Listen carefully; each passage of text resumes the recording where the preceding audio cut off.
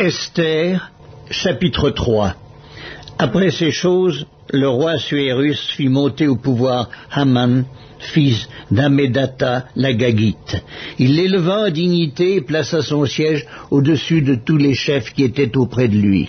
Tous les serviteurs du roi qui se tenaient à la porte du roi fléchissaient le genou et se prosternaient devant Haman, car tel était l'ordre du roi à son égard.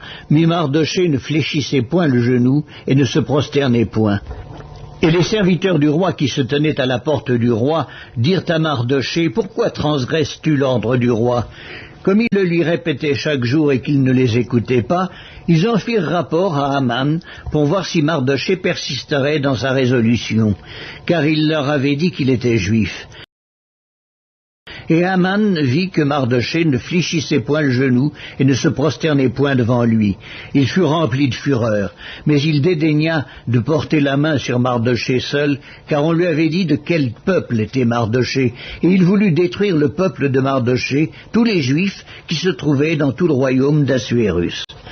Au premier mois, qui est le mois de Nisan, la 12e année du roi Assuérus, on jeta le pur, c'est-à-dire le sort, devant Haman, pour chaque jour et pour chaque mois, jusqu'au 12e mois, qui est le mois d'Adar.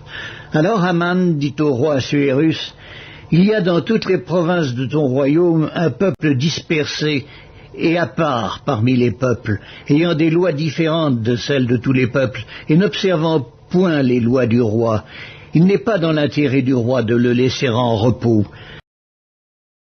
Si le roi le trouve bon, qu'on écrive l'ordre de les faire périr.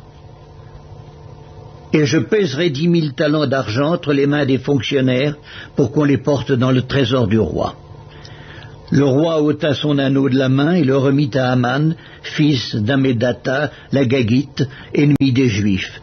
Et le roi dit à Haman, « L'argent t'est donné, et ce peuple aussi, fais-en ce que tu voudras. » Les secrétaires du roi furent appelés le 13e jour du premier mois, et l'on écrivit, suivant tout ce qui fut ordonné par Haman, aux satrapes du roi, aux gouverneurs de chaque province et aux chefs de chaque peuple, à chaque province selon son écriture et à chaque peuple selon sa langue.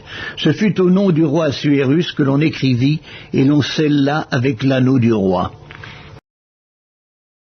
Les lettres furent envoyées par les courriers dans toutes les provinces du roi pour qu'on détruisît, qu'on tuât et qu'on fît périr tous les Juifs, jeunes et vieux, petits enfants et femmes, en un seul jour, le 13e du 12e mois, qui est le mois d'Adar, et pour que leurs biens fussent livrés au pillage. Ces lettres renfermaient une copie de l'édit qui devait être publié dans chaque province et invitaient tous les peuples à se tenir prêts pour ce jour-là. Les courriers partirent en toute hâte d'après l'ordre du roi. L'édit fut aussi publié dans Suse, la capitale, et tandis que le roi et Haman étaient à boire, la ville de Suse était dans la consternation.